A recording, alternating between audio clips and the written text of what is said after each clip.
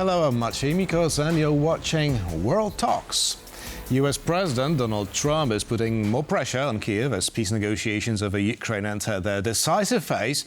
What is the Ukrainians' reaction to the current diplomatic efforts? To talk about it, we're joined by Yulia Sirko, Ukrainian MP from the Voice Party, or Golos Party, if you will.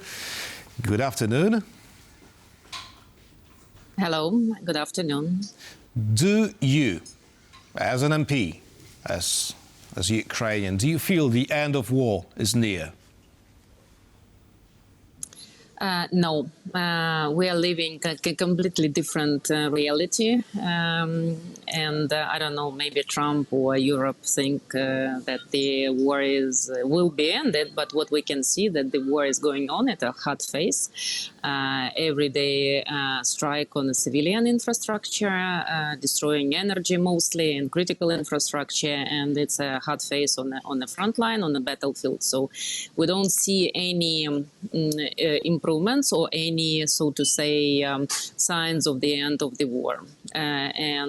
So we are living in the war, and honestly, nobody in Ukraine believes that the war will end soon because Trump or Europe or somebody else want it.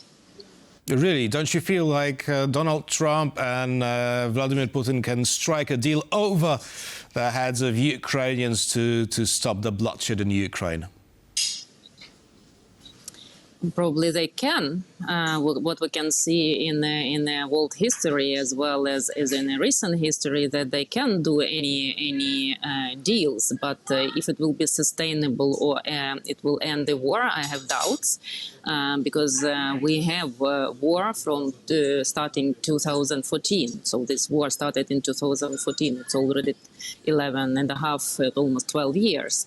And the same arguments and the same deals we saw in 2014 when the whole world told us that don't worry, Putin will not go beyond Crimea, just don't shoot, don't stay without Crimea, and he will not go further. And we can see, obviously, that he went, and he actually, it was full-scale invasion, and there is no belief or trust that he will not go further and further, and he will not reach even European countries. So we have a lot of doubts about it. So, realistically speaking, from your perspective, what will need to happen for this war to end? I mean, there is only one person who can end this war, and this person lives in Kremlin. It's Vladimir Putin, and it's not, I mean, devil is not in details, in agreements, but in Kremlin. So the only person who can decide, and maybe his bigger brother in China, Xi, they really can end the war, but they don't want to end the war. They actually okay with the war, and they need war, and I think they are benefiting from war. I think these people can end the war. Not Trump, not Ukraine, not Europe, and the all requests and proposals should send to these two people. Well, we've been hearing that the only left bones of contention, if you will, between Ukraine and the US are the territories, right? So, is Volodymyr Zelensky truly the only Ukrainian who doesn't want to cede Ukrainian territory to Russians? Because that's what Donald Trump has been repeating lately. Yeah, as I said, yes, I don't think it's the only one thing. I think also it's about security guarantees, which neither US nor Europe wants or can provide for Ukraine. We saw this situation, as I said, in 2014 with the Crimea. So we don't believe in Budapest Memorandum or any, so to say, oral wishes from the international communities. So the only security guarantee, it's enough weapon, enough good army, and I mean, other clear security guarantees from the international partners. We don't have the answer to this question about the security guarantees, and obviously in Ukraine there is no discussion about the concession of territories. I think on recent polls, at least 70% of Ukrainians against any concessions, including Crimea. So, Zelensky probably cannot do it because it is not in his mandate to do concessions on territories. That's why I think all these plans are basically dead-end plans. We had around 36 or even more rounds of negotiations with Russia. And all these negotiations ended the same way, without any resolutions. So, as I said, the only one resolution sitting in the Kremlin. Mm-hmm. Well, the US once again signals it doesn't want to see NATO enlarging anytime soon, and specifically in the context of Ukraine. What security guarantees would be acceptable for you?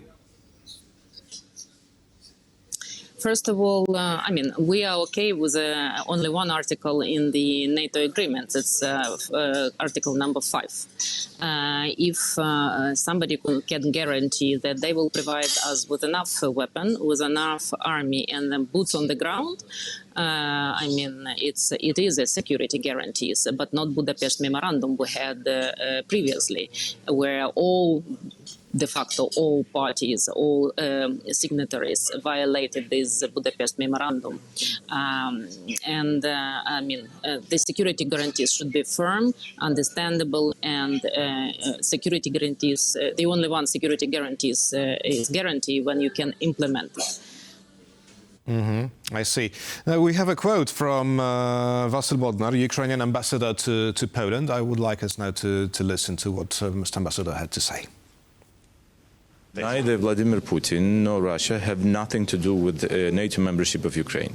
Ukrainian membership in NATO is the key goal of our foreign policy. It is in our constitution, and no one could put us aside from this track. Another story is when it will happen.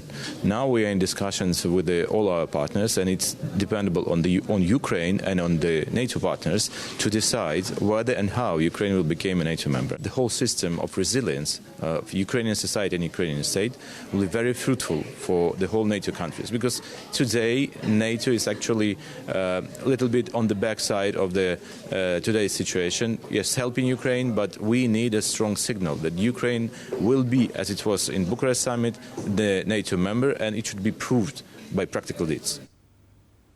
Well, so we clearly see that neither you nor the government is abandoning the idea of Ukraine joining NATO.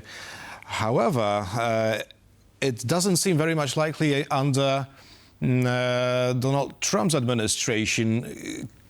Could Kyiv, in fact, be hoping to outweight the Trump's administration, that is, to continue fighting for the next few years with Russia, only to get full NATO membership, and that will be the strongest security guarantee Kyiv can hope for? Actually, the membership in NATO, it's one goal. The end of the war is another goal. So I would say that there are two parallel goals. You can end the war, you can sign peace agreement, beneficial for Europe and Ukraine, and in parallel you can proceed with entering NATO. So it's two parallel processes. We are actually on our track to NATO starting from 2000 years, from already 25 years. So probably it will take another political cycle in US. Maybe it will be another military alliances in Europe or somewhere, because we can see that the geopolitics in general is changing. I don't know if NATO will protect Europe.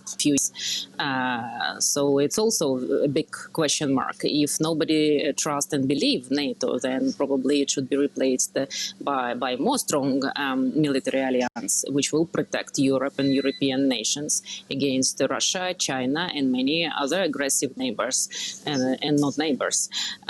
So it's a question, more broad question, but as our ambassador told clearly that NATO is our goal and it's already in our constitution. So we are not skipping it, we are proceeding with, and the political cycles changing all the time. Let's see when we can achieve our goal. But we are not definitely skipping it.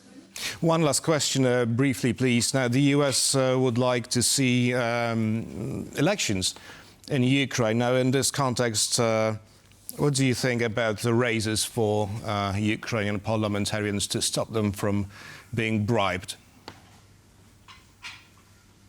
Actually, you mean parliamentarians to be bribed? I don't know. I didn't understand the question about the elections. The elections, what has Trump told, is about presidential elections. I've read a report that Ukrainian parliamentarians are to receive thrice the money they have had until now to prevent the system from being corrupt. Because as we know, corruption is very much present in Ukraine these days. Yeah, sure, but it's not about parliamentarians. I've never heard the quotes about the parliamentarians who are taking bribes. Yes, so there are a lot of people in the world who are taking bribes, probably some of them parliamentarians. But what actually Trump told today or yesterday, he was saying about presidential elections. But in general, we are happy to conduct elections as soon as security guarantees will arrive or security situation will allow us to do, because actually we can do it tomorrow, but I mean, we don't know how many people will come to the polling stations under the missiles and drone attacks, as well as foreign observers will come, for example, to eastern or southern part of Ukraine, and also to be observers on elections under the missiles and drones. So we're able to conduct it, but you know that we have at least 7 million people abroad of Ukraine who must vote, and as well as we have over 6 million internally displaced people. So they have to be somehow registered, and also we need to provide them with a polling station. So it's a big and long process, but the biggest issue is about the security and safety of the elections. Obviously, so it would be an extremely difficult process as soon as security situation. Right now. Yulia Sirko, Ukrainian MP from the Voice Party, was our guest this afternoon. Thank you very much. And thank you for watching, and stay with us for more interviews here on TVP World.